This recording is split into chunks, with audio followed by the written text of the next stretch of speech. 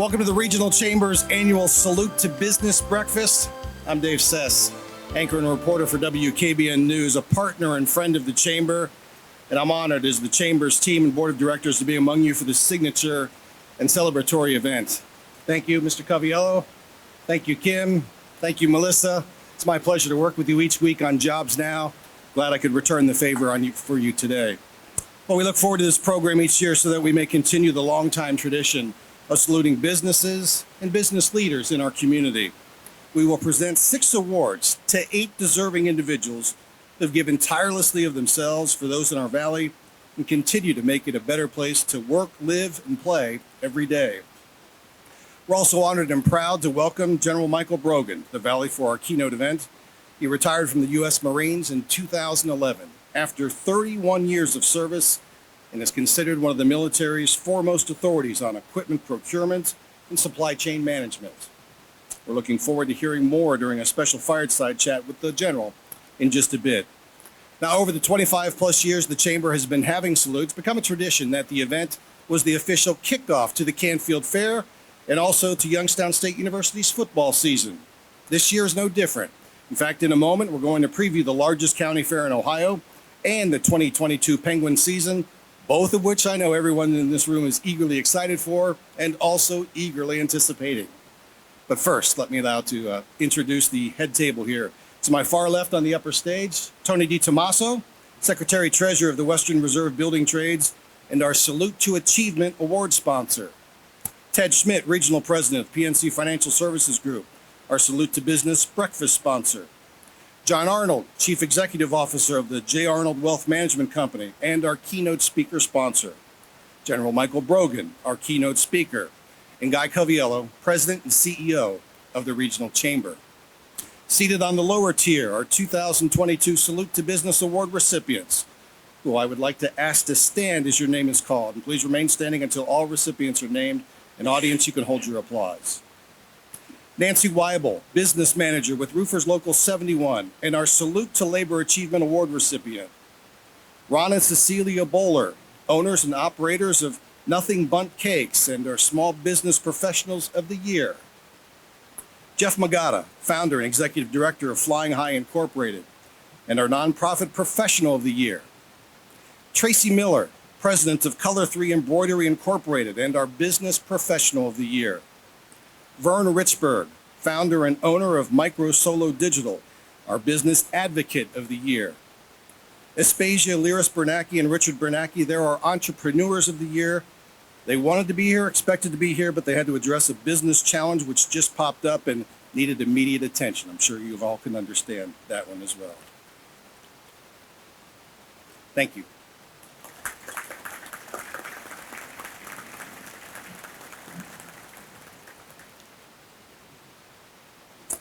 All right, day one of the Canfield Fair was yesterday. I was there for about 5 hours. And I'm guessing many of you will be spending some time at the fair as well.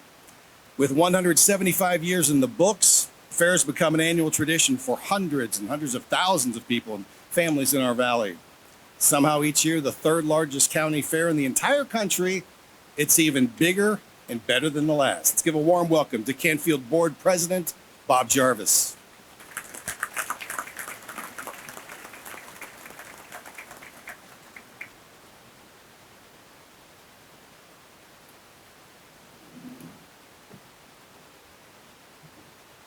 Thank you.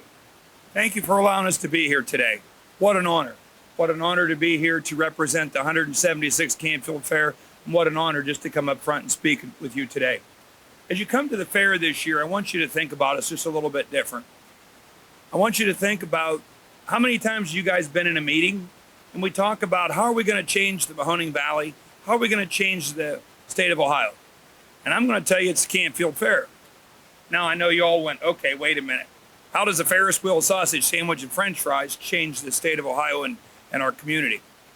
I'm going to share a little brief story with you, and I'm going to share with you my vision of how we can help with all of your help change this valley. About 8 years ago, I had one of our volunteers come up to me and we said, we got a young man here and he's going through some issues. And I said, well, what's that? They said, well, go over and talk to him. Now, if you know me at all, I'm pretty straightforward, and I'm not real soft. Went over to the young man. I said, "What's going on?" He didn't want to talk. Very shy. Super nice kid. Got talking to him. Found out he was starting to cut himself and thinking about committing suicide. As I sat with that young man, I was never so troubled in my life. So we and him sat and started talking for a while. And we continued to talk. And I said, young man, we're going to go move some benches. He said, "Oh, I can't do that." I said, "I think you can." "No." I said, "Well, we're going to do it anyway." So we got up and I watched him. He picked that bench up like it was nothing. So as we continued, I walked over and I told him, I said, "On the way, if you get tired, we'll take a break." So as we got in front of the other kids, I said to him, "You want to take a break?" "Well, in front of your peers, you're never going to take a break." That young man looked at me and goes, "No, we're really doing good." So we carried that bench over. We carried 3 or 4 more benches. And I walked over and I grabbed hold of 2 benches. I said, "Get on the other side." He goes, "I can't do it." I said, "Yes, you can." So we did that.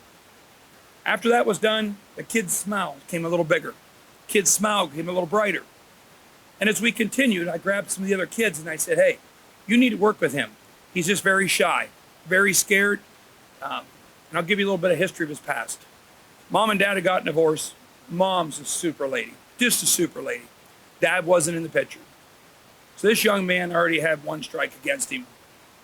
But by coming here, we got to work with him. We got that opportunity to spend that time with that young man. And I'm not going to give names. I'm not going to tell how long ago this was. But by his time he was up at the fair, I had that young man in our courts, one of our speakers. That young man changed so dramatically. So what I'm getting at is, how do we change this community? How do we change this area? We get involved. We get involved with these kids. We get involved in our community. And as you come out to the fair, look at our new building. We didn't build our new building to add more rides. We didn't build the building to house more campers. We built our building for Junior Fair. That if you come into our boardroom, I have never once, now I'm proud to say I'm one of the directors in charge of Junior Fair. That's why it's near and dear to my heart. But I have never once asked one of those directors for something for Junior Fair, and it didn't happen. That fair is 100% committed to these kids. And if I can get more kids in that fair, I can change a lot of things. I had a judge tell me one time she never had a kid in 4-H stand in front of her. Now, I'm really happy to say she was not around when I was a kid. But beyond that, that is the change we can make. We can change this area if we can get to those kids. We're doing some things a little different this year. We're doing a cooking competition for the kids. Everybody thinks about the fair, you think about our animals and our livestock. But we're doing cooking competitions. We have a lot of other neat ideas. And I have to be honest, I went to Mr. Joe Ronza from Blue Wolf Tavern. He's always been a great sponsor of the fair. And I said, "I need help." He jumped in. He goes, "I want to sponsor it. I want to help these kids cook." Our commissioners, I went to them. "Oh, we're in. What can we do?" Carol Regretti stepped up and says, "I want to be one of the sponsors." This is what we need. This is how we can change our valley. So when you come out there, don't look at what it costs for a French fry. Don't look at what it costs to ride the Ferris wheel. Look at what we can do to change our kids, what we can do to change our valley, and the ways that we can do it. So when you come out again, I'm going to challenge each and every one of you. I want something from each and every one of you today. I know you just grabbed your wallet and went, "Oh, nope, I don't want your wallet." I want each and every one of you. Are you willing to give me 2 nights a month? Give up cocktails, give up the football game, give up a run to golf. Are you willing to come out there with me and work with these kids? Because I'm going to tell you what, your life will be changed more than anything else. Your life will be never the same. When they asked me years ago to get on the fair board, I thought, man, I don't know. Work with the kids, I don't know. I'm going to tell you what, we're all sitting here as businessmen and women. How many of you would like to have a child that's willing to get up at 5 o'clock and go wash an animal? How many of you are willing to, as we work with these kids in cooking that own restaurants or the bundt cakes or whatever else you do, how many of you would like to have a kid that we've already got started in that profession? You, the labor force, how many of you would like to have a kid that we're already working with? I've got so many ideas where we can work with the labor with these kids. We can work with the restaurants. We can continue to grow this. And that was the beginning of our vision with this new building. That is a continuing vision as we move to phase 2 of this building. We have many more phases to build for Junior Fair. But I need you. We work a lot of hours at the fair and we spend a lot of time there. But I'm telling you, come out and get involved, become a volunteer, come out and learn what the fair is really about. Come out and celebrate with us. You know, eating them hot sausage sandwiches and French fries and celebrating and talking with the community is an amazing thing. But when you really look at it, come down to Junior Fair where we build our new big building, where we're continuing to put our money. All that money that's made isn't for us to go do stuff. 100% is put back into Junior Fair and our fairgrounds. So I challenge each of you today, come on out to the fair, come see me. My name is Bob Jarvis. Come see me at Junior Fair. Come with me. I can tell you right now, YSU stepped up. We're going to have meetings after the fair. The MCCTC has stepped up. We're going to have meetings. We're going to see what we can do as a community to start bringing more and more kids, not just with the animals. What about sewing? What about electrical? What about building trades? Guys, we can do this, but it takes us in this room. And so I challenge you again, come on out to the fair, get a great sandwich, come find me at Junior Fair and let's have a conversation. Thank you for your time.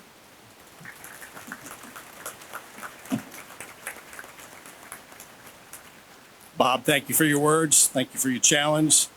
Thank you to you and your entire board and fair team for all your hard work and efforts in making the fair a magical and memorable time for all of those who attend. We wish you a wonderful and successful week at the Canfield Fair. In addition to our fair fanatics, our community is home to hundreds of thousands of football fanatics. And this time of year, it's exciting for all of us because, well, we cheer on our local high school and college teams. Valley native Doug Phillips became the Penguins' 8th head football coach in 2020. He and the team are gearing up for their season opener now on Saturday. That'll be a home game against Duquesne. Now, with such a busy couple days ahead, Coach Phillips was kind enough to join us to start those days right here, and we're looking forward to what he has to say. Ladies and gentlemen, let's welcome Coach Phillips.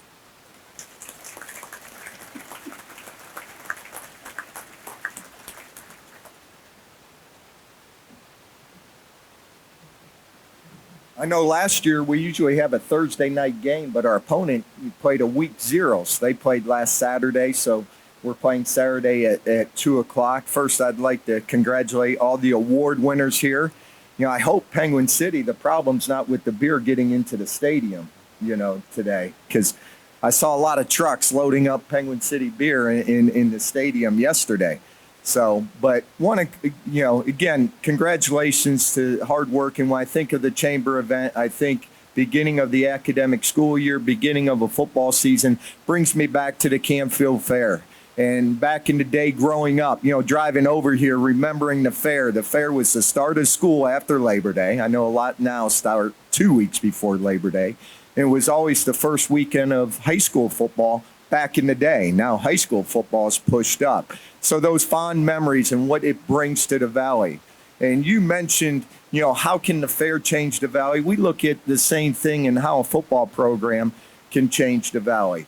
You know, when I think about leadership, I think about service. You know, we service the Mahoning Valley, and our players, when they put that Y on their helmet, we always say, remember who you are and remember who you represent.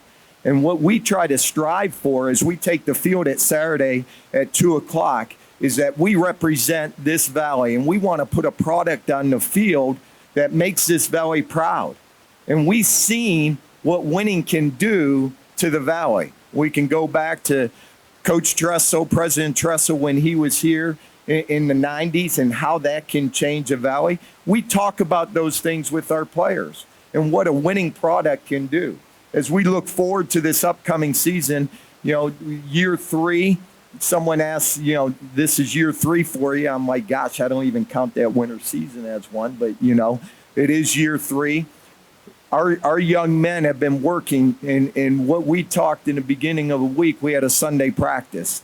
And we work 354 days a year for 11 guaranteed dates. 11 guaranteed dates. And don't take it for granted. The preparation that we put in starting January 1st in the weight room in spring football. We're here all summer preparing, working, training to be able to go out there at 2 o'clock on Saturday and represent. And so our young men have worked very hard. I can tell you this, we're bigger, we're stronger, and our team together, when I see the brotherhood and someone says, what is a brotherhood? It's not what you put on the walls. I can put different things. People talk about culture all the time. What is culture? What is brotherhood? You see it. You see it come alive when you're in a team meeting. You see it come alive when kids are in the offices and they don't have to be in the offices. That they're in there because they love being around each other. They love being around the coaching staff. They want to put a product on this field that represents you, and they want to win football games. And we return a All-American running back in Julio Mclaughlin. Our quarterback was the freshman player of the year. Our offensive line, we built depth. We got bigger. We got stronger. Defensively, we've revamped everything. We can make huge strides just in the strength gains. We brought in some transfer guys that, like anything, we had to add competition. And to bring in some guys on that side of the ball, bring in a new defensive coordinator. I'm excited to see what we do at 2 o'clock on Saturday versus Duquesne. Again, I want to thank everyone. The support we receive from the chamber, from the area businesses, we couldn't do it without you. It's amazing, but when you feed 127 kids 3 times a day, that's feeding an army. And we couldn't do it without the support of people that are sitting in this room today. We could not do that. Thank you, and go Gwins.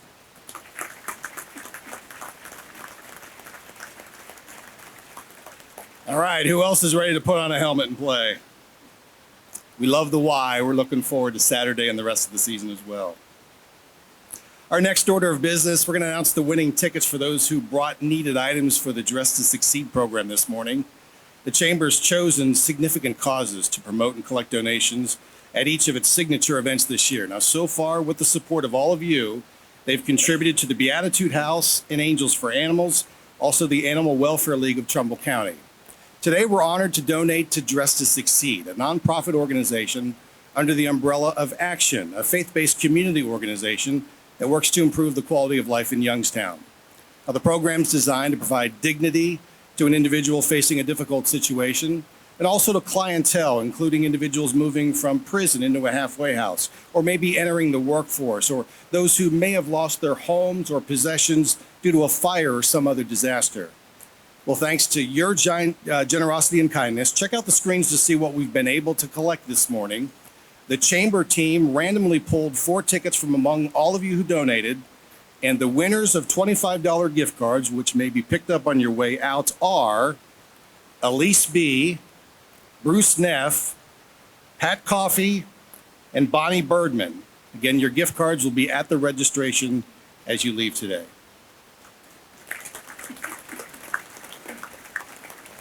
Thank you. We believe your donations will make a big difference.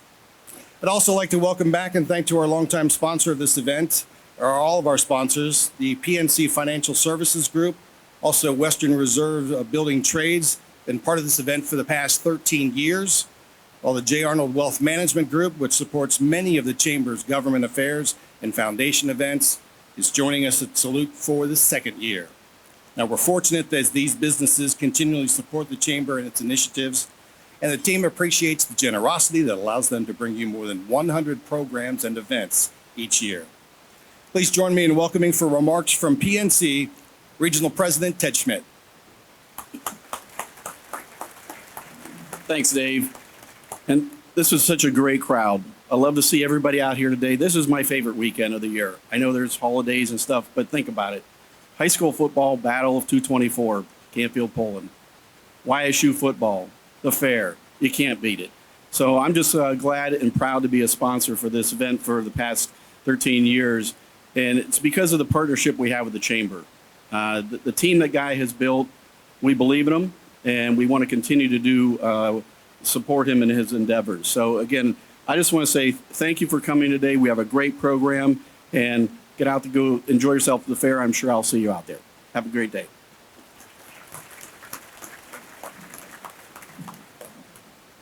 Thanks, Ted, and to all of those at PNC for your longtime support of this event, the Chamber, and also our guests.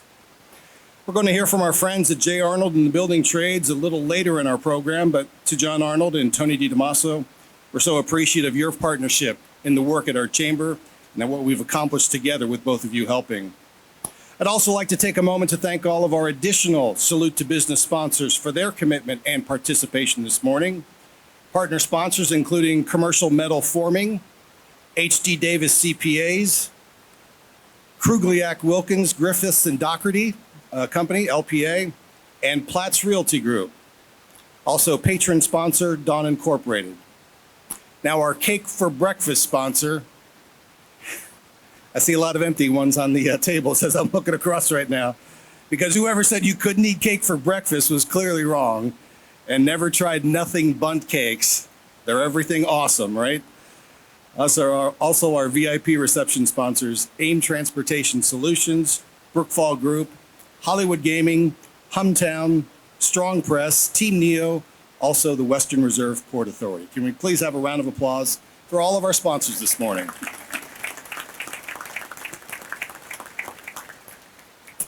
Before we begin our award presentations, I'd like to take a moment to recognize a few special companies and organizations that are in attendance. Now, it's remarkable that so many businesses in our valley celebrate milestone anniversaries each year and have chosen to call Youngstown Warren home.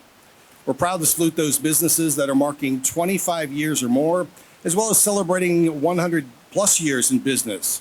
And here with us this morning, I'd like to thank the owners of the management and employees for longevity, success, commitment, tremendous talent, also effort, significant contributions to our community, and so much more.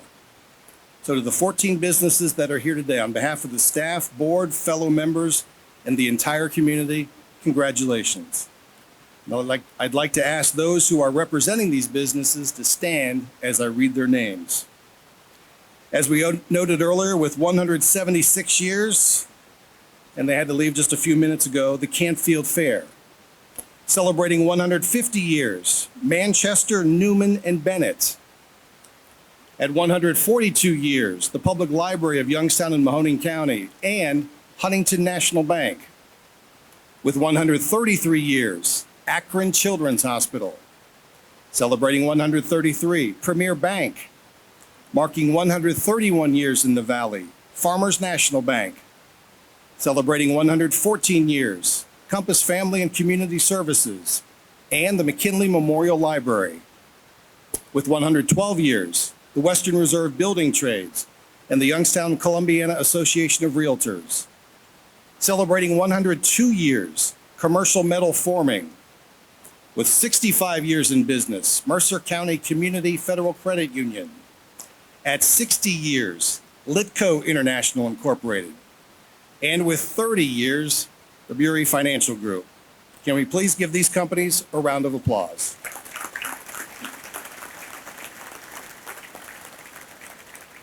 Now we have certificates and a magnificently decorated bundt cake from Nothing Bundt Cakes to present to all of you on the table near the exit if you would stop there at the close of the event. I'd like to also give a shout out to another business in attendance, ServPro Team Dobson. They received the Heritage for Outstanding Performance at ServPro's 53rd annual convention held in Dallas during early July. Jim, Andrew, Caitlin Dobson, owners of ServPro, they were honored among a group of more than 1,000 franchise owners in attendance. Now, the Heritage Award is given in recognition to those franchises who have achieved top 100 status. For more than 50 years, ServPro has been a trusted leader in fire and water cleanup and restoration services, construction, mold mitigation, also biohazard services. Congratulations to the entire ServPro team. Can all of you please stand? And there's a bundt cake waiting for you on your way out as well.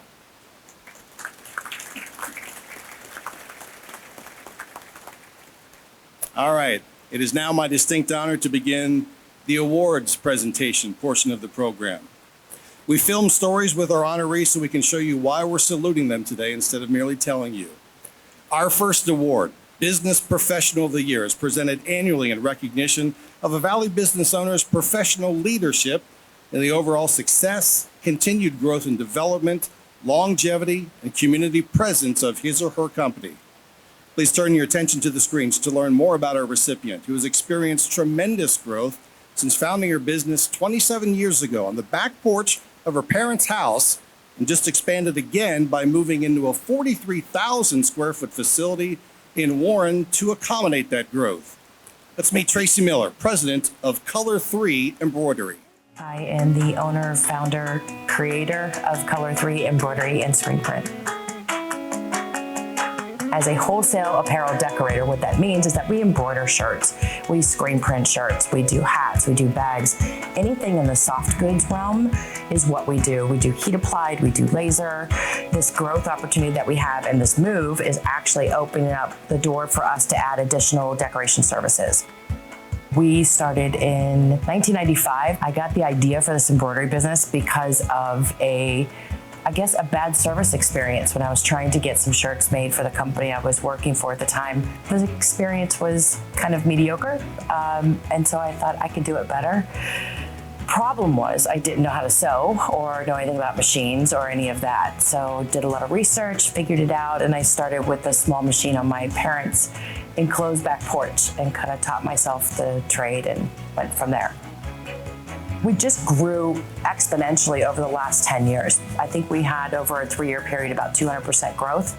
So that's pretty fast and furious when you're manufacturing shirts and apparel. Our client base primarily is the wholesale contract market. So we work with promotional products distributors, private brands and labels, nonprofits, manufacturers of garments. We work a lot with corporate stores. We're the back end of a lot of web stores for those facilities. So we just kind of blindly drop ship out. Our name isn't necessarily known out there on a public and a retail standpoint, but on the back end, that's just where our niche really is. When I got the email telling me that I've won Business Professional of the Year, I was so grateful just to be acknowledged in this business community that we're in. I have been part of this community my entire life, and to be acknowledged by your peers is pretty amazing, and deeply, deeply honored for that. There's so many people to thank for all the opportunities that we've been given as a company. The regional chamber was instrumental in helping us find this facility and get us across that line. I worked closely with Shay McMillan, First National Bank, Jobs Ohio, Dawn Incorporated helped us with the renovations we needed in the facility to get us here. I think for me personally, while this is great for me, I think it's amazing for our company and our team because they really get to see that their hard work isn't going unnoticed and that we're making a difference in our community. And it's really because of them. Everything we do is because of the people we have. And if it wasn't for them, I wouldn't be sitting here right now. Yes, ladies and gentlemen, please salute our Business Professional of the Year, Miss Tracy Miller.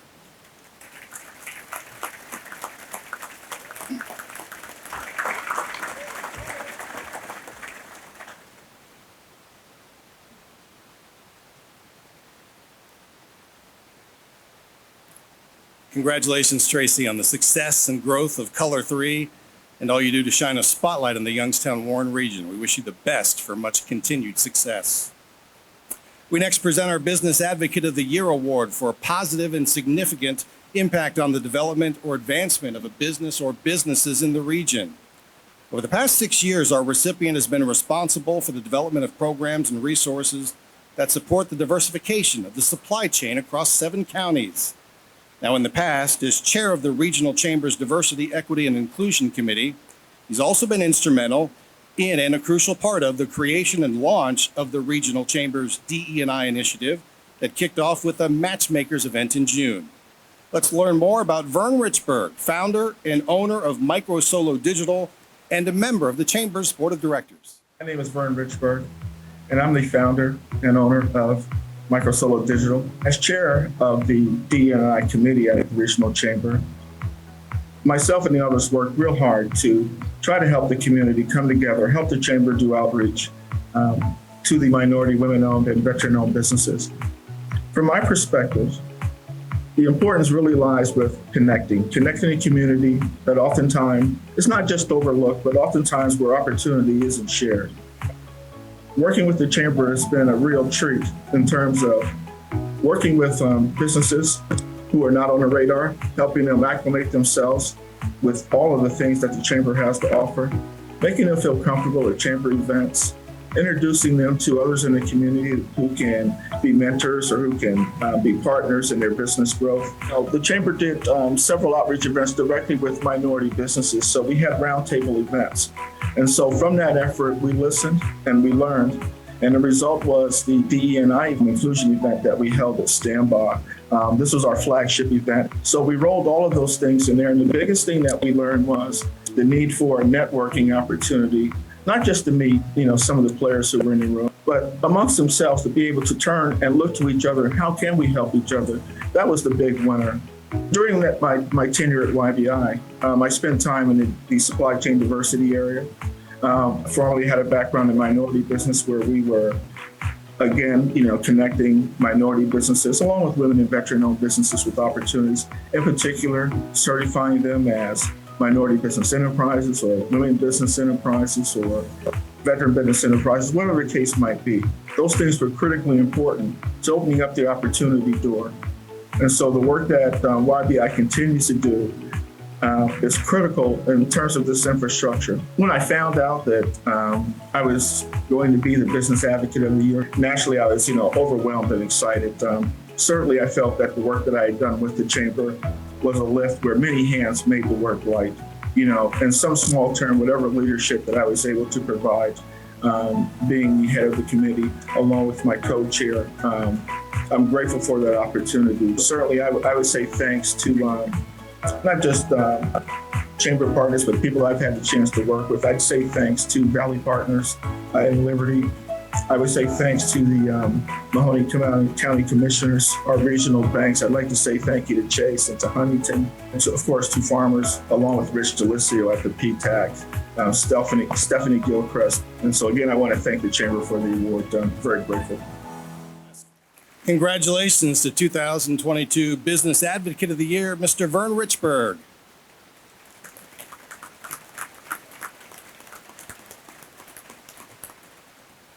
Thank you, Vern, for your constant support of our business community, always diving right in to help. We appreciate all of that you do. We next present our Nonprofit Professional of the Year Award, which honors leaders of nonprofits for their organizational innovation, strategic leadership, also collaborative efforts. Our recipient is an impressive giving individual who's worked tirelessly over the past 28 years to help provide thousands of individuals with opportunities to make their lives better by developing themselves and advancing economically through the organization he founded. Please turn your attention to our screens again to meet Jeff Magada, founder and executive director of Flying High.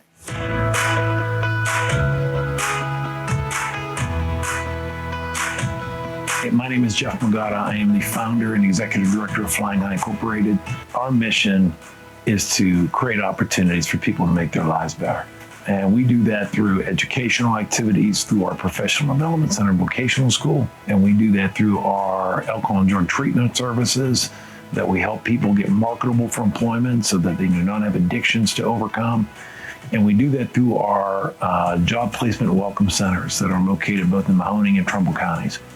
And those are special because they help any individual, particularly underserved or underutilized individuals that may walk through the door that have any employment barriers, overcome those barriers. We have financial resources on site to help them obtain driver's license, reliable transportation, get any professionalism skills they need, and then of course through the technical school, get the skills credentials. We have our Working Toward the Future program that if you are now becoming clean, you can work in that program, and you're going to work at our Grow Urban Farm, and you're going to work at our Access Healthy Foods Mahoney Valley initiative, that you're going to grow produce, and then you're going to put that produce out into the community, into food deserts. Through our Professional Development Center, we offer our welding school. We have a state-tested nurse's aid program for healthcare and a chemical dependency counselor assistant program that is entry-level into behavioral health or alcohol and drug counseling if you want to be a counselor. All the programs are accelerated in nature, and so that means you can get a certificate that is accredited in a short amount of time and be ready to go to work.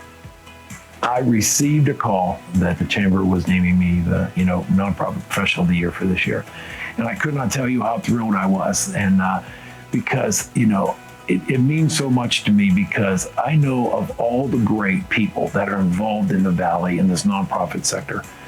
And I am just so grateful to Guy and to, Kim Calvert and the whole team at the Regional Chamber that they would think enough of me and enough of the work that we do at Flying High to award this. I just am honored and I just so appreciate it.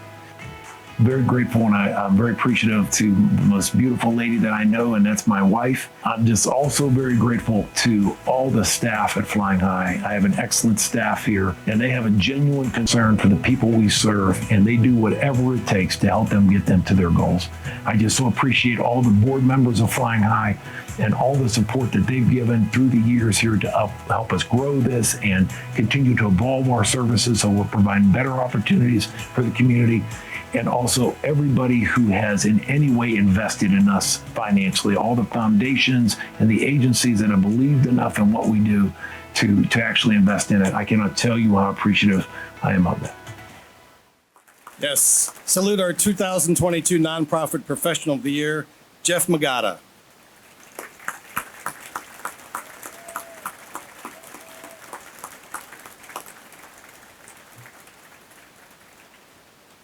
Jeff, I think even that little statue on your desk was applauding there for you. Thanks for the impact you're making on so many in our region. We wish you all the best for much ongoing success.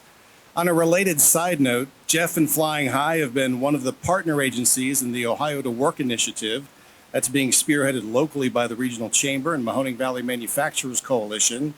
Now, the initiative is in the final stages of its 18-month run. We're happy to report its impact has far surpassed the targets set out by the state. In the most recent progress report following the second quarter of 2022, with 6 months still to go, the Ohio to Work Mahoning Valley campaign was 452% above its goal of job seekers served, 179% above its goal of job seekers trained or reskilled, and was tracking ahead of pace to reach its goal for job seekers placed or offered with area employers. And although that program is sunsetting at year's end, the partner agencies that join Flying High, Ohio Means Jobs, NCUS, and URC, have committed to working together longer term, and that is fantastic news for our entire valley. Yes, you can applaud that.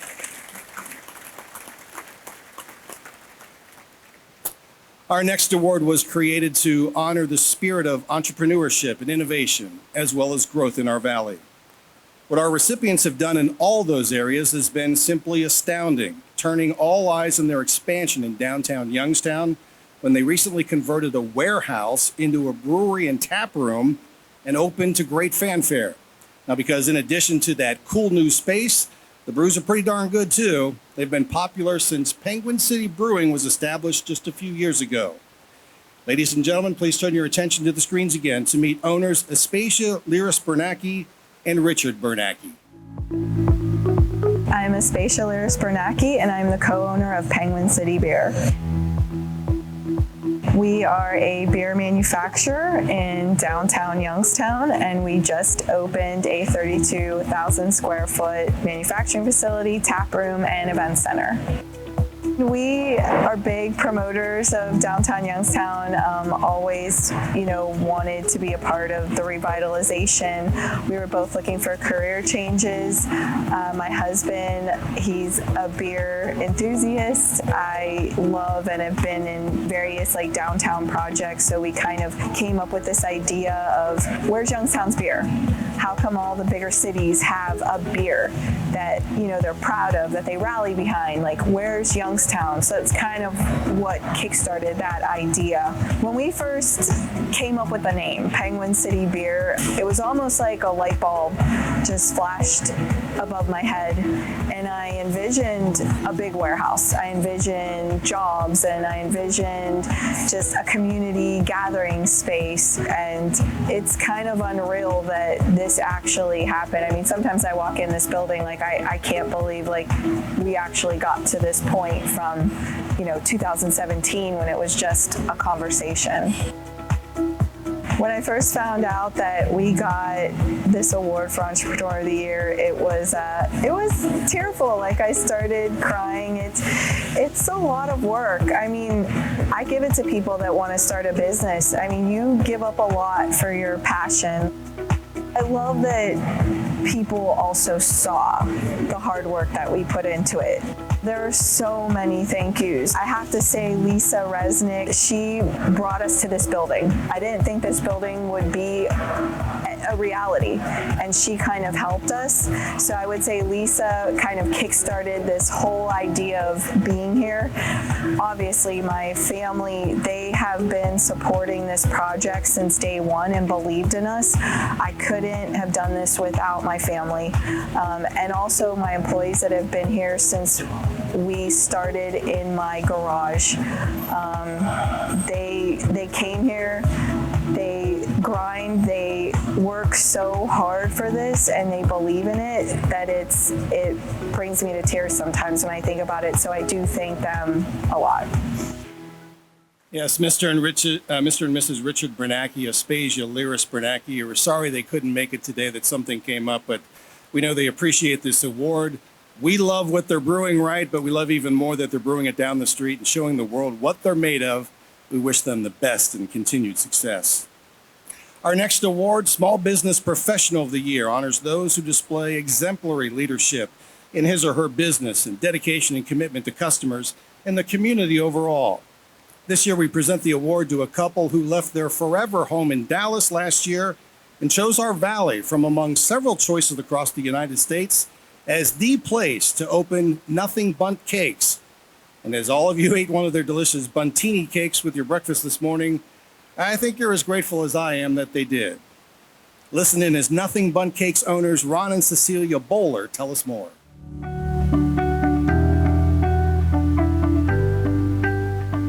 I'm Ron Bowler with Nothing Bundt Cakes. And this is my wife, Cecilia, and I'm the co-owner. We've lived in Dallas for quite some time, over 30 years.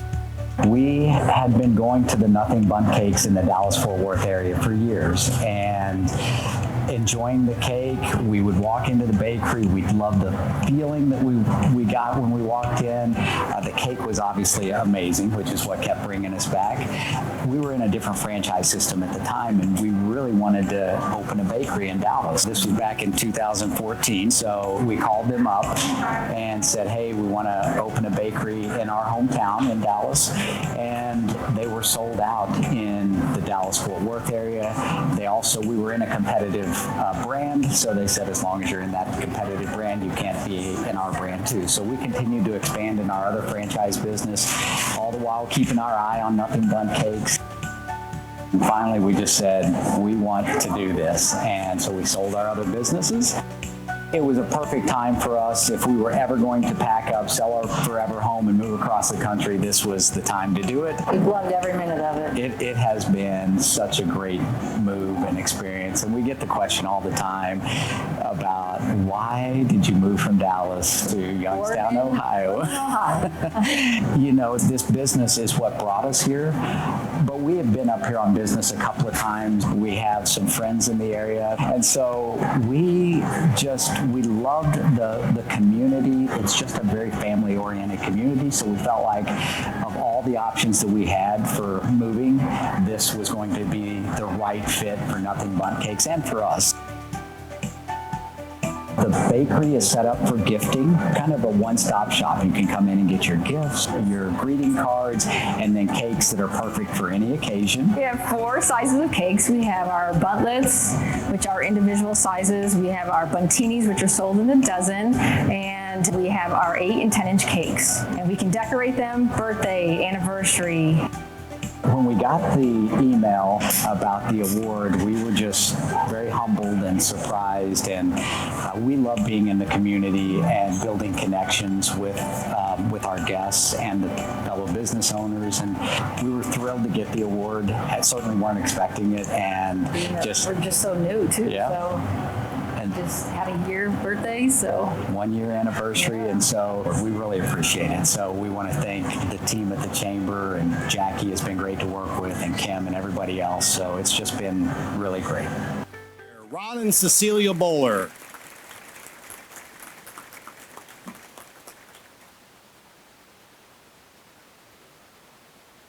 Thanks, Ron and Cecilia, for choosing Youngstown Warren as your new and next forever home, and bringing these wonderful bundt cakes to the people who live and work here, Route 224 across from Perkins, right? Yes, okay. We're so appreciative of your kind contributions of cakes for everyone's enjoyment this morning and for supporting prior chamber events as well. Congratulations on your success. Best wishes for more to come. For our next award, Salute to Labor Achievement, I would like to call on our friend and Secretary Treasurer of the Western Reserve Building Trades, Mr. Tony DiTomaso, for the presentation as well as remarks on behalf of the organization.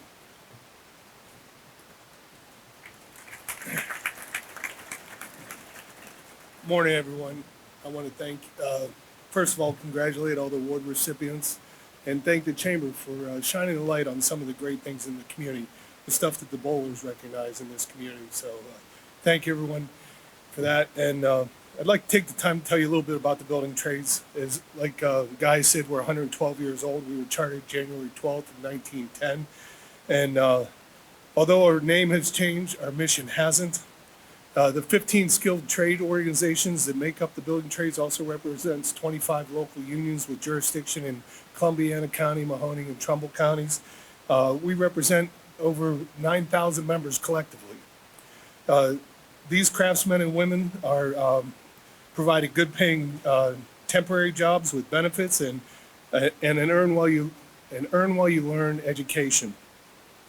This strengthens the Valley's middle class, and our training centers also equip our members with the ability to be the safest and most productive workforce out there. This helps our contractors bring those jobs in on time and under budget for our business community. And now it's truly an honor for me to honor our last award recipient, the Salute to Labor Achievement Award, recognizing individuals or groups that exemplify the spirit of today's cooperative labor management environment and positively enhance the economic vitality of the Mahoning Valley through education, leadership, and volunteerism.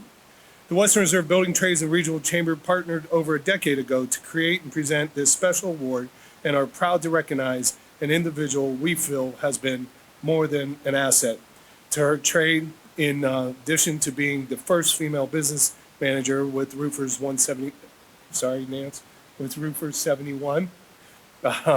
She is also the first female business agent among the trades and the first to be a part of our executive board. I'm proud to honor and to ask you to please turn your attention to the screens for the last time and meet Nancy Weibold. I'm Nancy Weibold. I am currently the business manager for Roofers Local 71 here in Youngstown, Ohio. We have about 150 members. We represent the counties of Mahoning, Columbiana, Trumbull, and Mercer and Lawrence over in PA. I walked in here about 36 years ago and started working for my father, who created this local. I worked for him in the office for many years.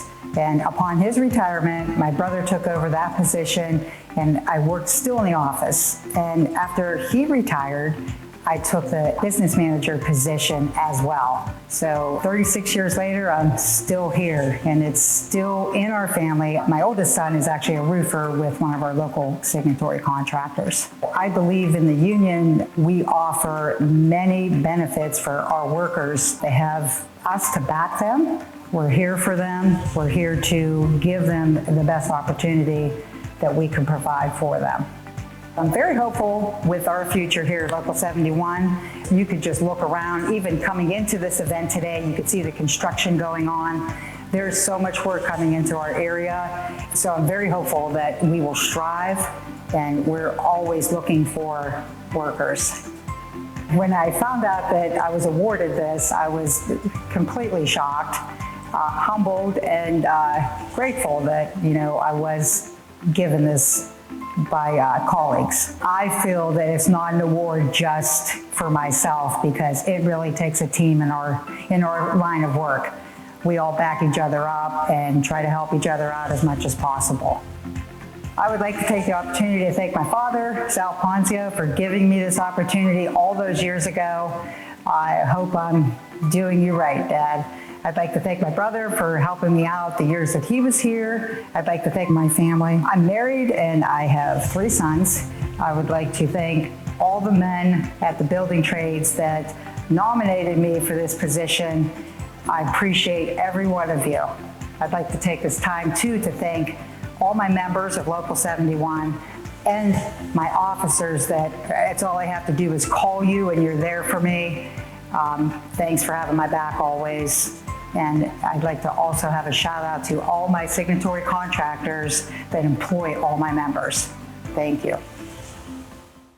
Nancy, congratulations. Your work has certainly been impactful in our community. We salute you for blazing a trail for women in the trades with your significant accomplishments and firsts. Seeing the steel go up at Youngstown Osteopathic, I've had 3 surgeries there. I don't know how many more I can take, but I love to see the building expansion there. Can we please give all of our award honorees one final round of applause for all their hard work and efforts? Thank you for your dedication to our valley, and congratulations to all the winners once again. And as we round out today's program, Mr. John Arnold, General Michael Brogan, they're at on the lower stage now so that we may begin our fireside chat and share the General's unique message for all of you in a more special way. Gentlemen. Thank you. Good morning. As noted, my name is John Arnold. This is an honor and pleasure to talk in front of you today and introduce General Michael Brogan. Real quick here, I want to thank you to all of our guests and our members and fellow board of directors. Congratulations to our award winner recipients. Nice job. My table in front of me, fellow warriors and teammates, thank you, Jay Arnold. I appreciate all you do. I'm so proud of you. Last but not least, before I get into the interview, I'd like you to really consider supporting our Penguin football. That's dear to me. We're putting a great product on the field. Got a great university, great stadium. Everybody in this room loves Jim Trussell. Doug Phillips is Jim Trussell 2.0. So I would really appreciate it this season if you come out and support us. For those who know me, that I'm really pro-America, and somehow, some way that's not popular, but I'm very pro-America, pro-military. I'm as red-blooded as it gets. So today is a very, very special interview with one of the great leaders of our country, General Michael Brogan. The format of this fireside chat is going to go like this. I'd like to offer some interview questions to the general, but I'd like to engage with the audience. So if I can get 2 or 3 really meaningful questions from the audience, think about it. I really appreciate it. It could be in relation to our air base, it could be in relation to his experience. It could be in relation to anything that's meaningful. Please stay away from the political wokeism stuff. That's not what we're in here for today. And so if you could take time to think about that, I appreciate that. And I'll intro with this. I was served in the military 4 years. I never met a general. It is so rare to meet a general. There's the best of the best, and then there's generals and admirals. They are making strategic decisions for our well-being you can't even imagine, and microsecond timing. So today is a special thing for you. You probably will never again meet a general. That's how special today is. With that said, can I get everybody to stand up and give a round of applause to General Michael Brogan? Attention on deck, everybody. General, the floor is yours. Please take your seats. So first, thanks for the opportunity to be here with you this morning, and congratulations to all the award recipients. All those great things that John says, only my mother believes, so they're not really true. And what he didn't say is he served at a reserve naval air station in the Dallas-Fort Worth area. And so that's why he never saw a general admiral. And because I still do some work with the Department of Defense, I'm an intermittent executive faculty member at Defense Acquisition University at Fort Belvoir, Virginia. The General Counsel requires that I give a disclaimer. So the opinions that I give this morning will be my own. They do not represent the official position of the United States government, the Department of Defense, the Office of the Secretary of Defense, Defense Acquisition University, or the United States Marine Corps. It's all me. So, John, please. All right, General. Could you take us through from Orrville, Ohio, to retiring as a general? Can you take us a little bit of synopsis of your history and what that took and what you're about? Perhaps the only thing worse than being introduced is having to introduce yourself. As John mentioned, I grew up in Orrville, Ohio, home of Smucker's Jelly, and for college basketball fans, Indiana University coach Bobby Knight. went to the University of Notre Dame, undergraduate degree in chemical engineering on an ROTC scholarship, and then joined the Marine Corps in 1980. 31 years. I was a platoon commander, amphibious assault vehicles, so tracked vehicles, 26 tons that float.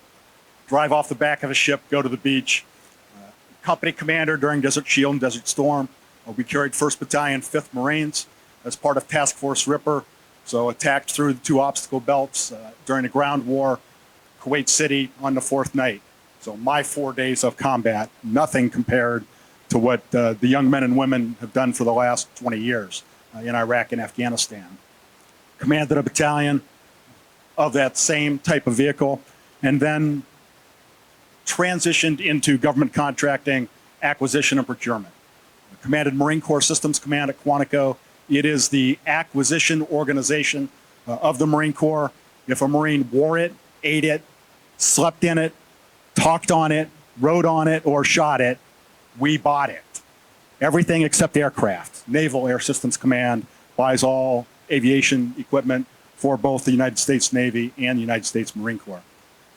But while I was doing that, I got assigned the additional duty of Joint Program Executive Officer for the Mine Resistant Ambush Protected, MRAP, vehicle program. MRAPs were very large vehicles. The lightest one, gross vehicle weight was 25,000 pounds before we added underbody improvement kit, which made it 31,000 pounds. All the way up to the Buffalo, which is Category 3 vehicle, was 79,000 pounds. And these trucks protected all U.S. service members, so Army, Navy, Air Force, and Marine Corps, U.S. Special Operations Command, 9 allies and coalition partners from the effects of improvised explosive devices in Iraq, Afghanistan, the Horn of Africa, the Philippines, and many other non-disclosed places around the world. Tremendously rewarding. From there, I joined Defense Industry, Mantech International Corporation. After about 5 years there, I transitioned into consulting and board work and an intermittent that position at Defense Acquisition University. Okay, well, thank you. Hey, on more of a strategic level, you were tasked with and charged with preparing and implementing a vehicle that would protect our soldiers from IEDs, roadside bombs, for those that don't know what those are. And you were very successful in doing that. Could you elaborate on how impactful that was and the journey and what that meant to our soldiers and our country? Yeah, the MRAP, we started from a cold start. The Army had been buying a few of these types of vehicles for their route clearance mission through one of their program offices up in Detroit. But a Marine general officer submitted a joint urgent operational needs statement asking for these vehicles for the general purpose forces in Iraq. And because a Marine initiated the request, it fell on us at Marine Corps Systems Command to begin the process of procuring these vehicles in significant quantity. Prior to the initiation of the MRAP program, 27 was the most of these trucks that had been produced in a single month. And the initial requirement was for 1,060 of these trucks. Divide 27 into 1060, kind of a long time. So we initiated the contracting effort, awarded 9 contracts, eventually 5 producers, and then later on a separate specific variant for Afghanistan, brought on a 6th producer of these vehicles. Lots of congressional interest. Secretary Gates, who was the Secretary of Defense at the time, made it the #1 priority acquisition program for the Department of Defense. Incredibly rewarding for all of us who had the opportunity to work on MRAP, because we knew every day that what we did made a difference for the lives and limbs of U.S. service members, allies, and coalition partners who were riding in these vehicles in theater. Thank you. Needless to say, you've seen a lot in your career, a lot more than most people will ever see. And for lack of better words, because Marines are scared of nothing, what was the most impactful moment in your career? Was it 9/11? Was it potential war with North Korea? Can you elaborate on that? Well, for any Marine officer, the highlight of our career is the opportunity to lead Marines and sailors, and in my case, civil servants. Being able to work with those young Americans who defend our nation, nothing surpasses that. MRAP certainly, because of the impact it had on our warfighters in theater, the intangible rewards of that program will never be surpassed. We received a piece of armor from one of the trucks. It was a Navistar Max Pro because they used a bolt-on armor scheme on an exoskeleton. And written in felt tip pen on that piece of armor was a date time group, 2300 Zulu in April, and I forget the year. This truck saved my life and the life of 5 other soldiers in Qasr, Iraq. Signed Chief Warrant Officer 2, Special Forces. I mean, I still get goosebumps and the hair stands up in the back of my neck when I talk about that. So that was incredible. Given that notoriety of that program, had the opportunity to be interviewed by Tom Vanderbrook from USA Today. Not sure it's an opportunity, but testified about a dozen times before committees of House Armed Services and House Appropriations, and some local television there in the DC area related to the defense trades. So all of those things, and I got to meet a number of pretty notoriety type people. I was in 3 meetings with Secretary Gates. And in at least one cases, all eyes turned towards me to answer his question. So I was incredibly privileged to have been a United States Marine for 31 years, honored to have been a Marine officer, and humbled to have been a general officer. Just to be clear to the audience, the general is responsible and his team for when a Humvee would potentially get blown up, in this case an MRAP, instead of our soldiers losing limbs or losing their lives, or losing their eyesight, because of him and his team, they went on to live a better life. And you talk about changing lives forever. I just want to talk about how impactful that was, and that's that. I'm going to be finishing up my questions after this question, so please prepare your questions if you could in the next couple of minutes. In my opinion, we're going through a paradigm shift in our country, both good and bad. Leadership and military, occupational paradigm shifts, including in how we engage our enemies and defeat them. What, in your opinion, is the single greatest challenge that we face as a country looking to protect our borders and freedoms? Our greatest threat, I believe, is China. Their ability to steal our technology and replicate it is tremendous. Those of you who consider selling your business or merging with another business, I encourage you to do a deep dive on the finances and understand exactly where the money is coming from. They are masters at using shell corporations and blinds and hides to disguise that the money actually originates in the Communist Chinese Party and are buying rights to U.S. technology. If you offshore because of the price of labor in China, they require that you transition that intellectual property into the factory over there, and so you lose the control of it. So you have to be careful of that. Certainly Russia, the threat, and we see what they're doing in Ukraine right now. North Korea and Iran are both wild cards. Dangerous, but currently they're really only regional threats. We see right now with unemployment at historic lows again, all the services are having a difficult time with recruiting. I would still do it if they let me. I encourage you, if you have a youngster, if you have folks that you're mentoring, spending some time in the U.S. military is absolutely worthwhile. Less than 1% of the citizens of this nation wear the cloth of our country and serve. And we saw recently with the legislation passed for student loan debt relief, The post 9/11 GI Bill will provide them the money they need to go to college if they choose not to serve a career. And if they do serve a career, it can be transferred to a spouse or to children. So the benefits of serving accrue not only to the individual, but to the entire family. Thank you, sir. Has anybody come up with a significant, impactful question that I can put you on the spot? Anybody? Anybody? Come 1, 2, 3. All right, I'm going to give you one, and then we'll get you guys out of here. We're gonna ad lib a little bit. So while you, please, I really would prefer to engage with you if you have a question.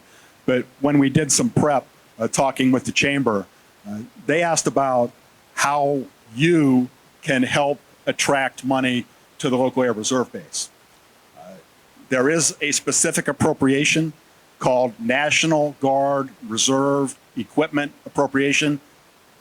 You know, everything's an acronym in the military, so NAGREA. And your local congressman has been active in getting authorization language to get some C-130Js, the most current, newest version of that aircraft, sent here for the unique mission performed by that air base. But I encourage you, listen to the public pronouncements that come from Secretary Frank Kendall, Secretary of the Air Force, from General C.Q. Brown, the Chief of Staff of the Air Force.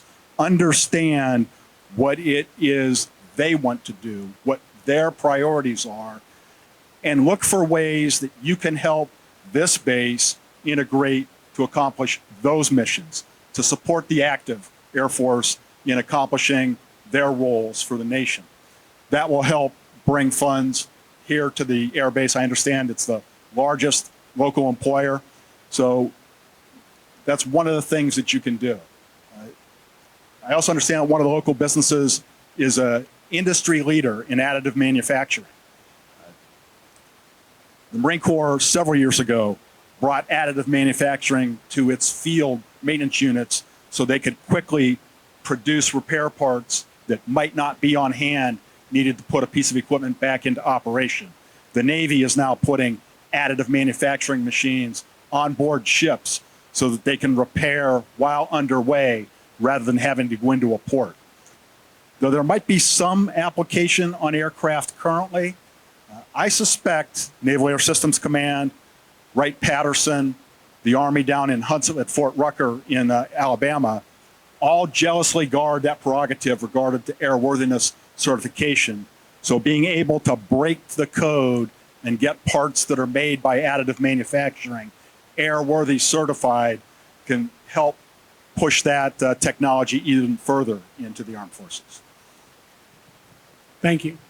Anybody, any thoughts, any questions, any concerns? Raise your hand if you could. Go ahead and stand up. Or you can walk forward and shout. We'll repeat the question.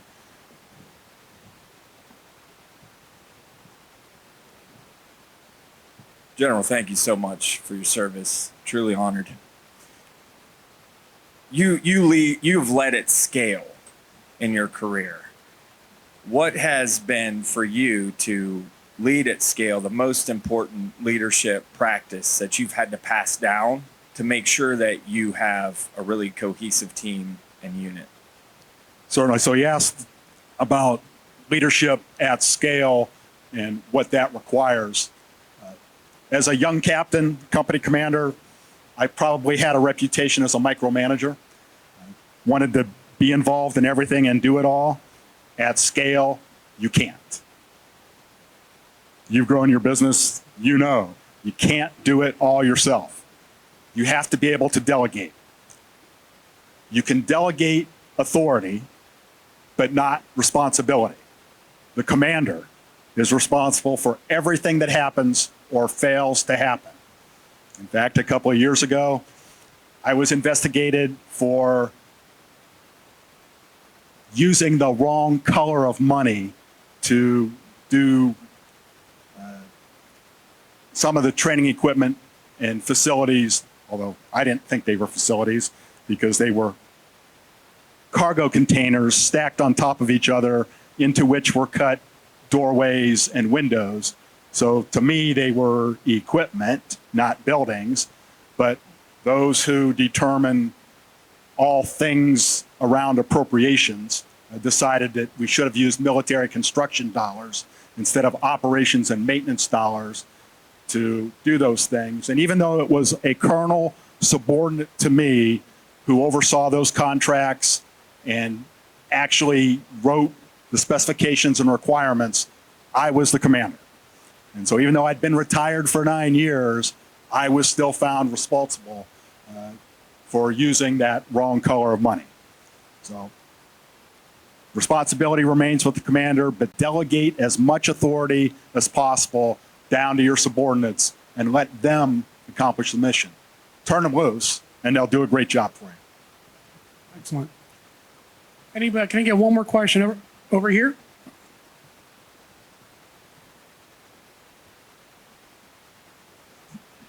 General, thanks so much. It's an honor.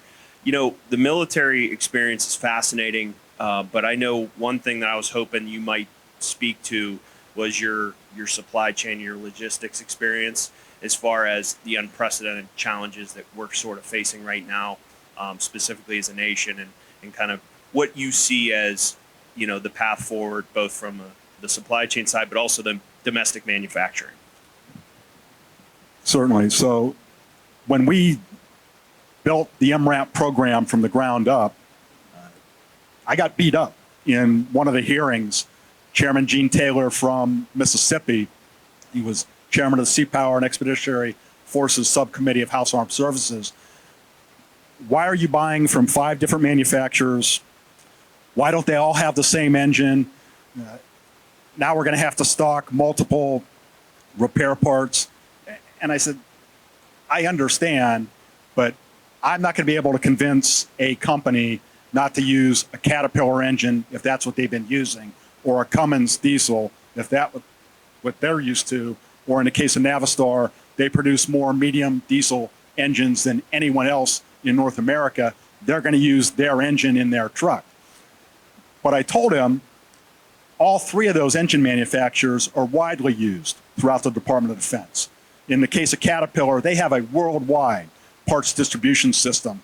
So I'm confident if I need an oil filter for a Cat C7 engine, we're going to be able to get that. What we saw highlighted during the pandemic in particular was the offshoring that we've done in the United States cost us dearly. We weren't able initially to ramp up and produce the personal protective equipment we needed, the ventilators we needed. We saw some non-traditional manufacturers jump in and pick up the slack through the use of the Defense Production Act, which is a great tool, and we did employ that on MRAP. So what we're seeing now is an increase of onshoring, and I encourage that. I'm thrilled by the amount of manufacturing and businesses that occurs here in the Mahoning Valley, because we really need that. We need to be able to rely either on ourselves or our closest allies. One prime example, there is one manufacturer of nitrocellulose in all of North America. Nitrocellulose is used in every single artillery round or mortar round or any other round that explodes on impact. And the plant, until recently, when the Army at Radford Army Ammunition Depot in Arizona built a second facility dated to World War II. That's a single point of failure in the supply chain, and we can't afford that. So we need multiple vendors, multiple ways to get the repair parts. And frankly, that's where additive manufacturing can come in, because a lot of our equipment, mom and pop organizations built those repair parts as subcontractors to the major primes and then went out of business when the production lines ended. So being able to now reverse engineer and remake those, whether they're spray nozzles for fire suppression systems or spraying on the AC-1 or C-130 aircraft here, is an absolutely necessary capability. So onshoring, having depth in the supply chain, not having single points of failure. So thanks for the question. Yeah, 2 excellent questions, and I really appreciate that. I guess with that said, is it time to wrap up, guy? We got time for one more? All right, let's go. He asked, why is Russia doing so poorly? We've frankly been thrilled. I believe it's because they use a conscript army model that does not have a professional non-commissioned officer corps. Those corporals, sergeants, staff sergeants, petty officers in the Navy, senior airmen in the Air Force. And as a result, their leaders, they've had a number of general officers killed in combat because there's no initiative. If there isn't an order telling them exactly what to do, when, where, and how, they do nothing. They stop. In the U.S. Armed Forces, our non-commissioned officers, our junior officers receive mission-type orders that describes what we want to accomplish, and then through commander's intent, why we want to accomplish it, and that guides their actions. So in the absence of orders, they demonstrate initiative and continue to act.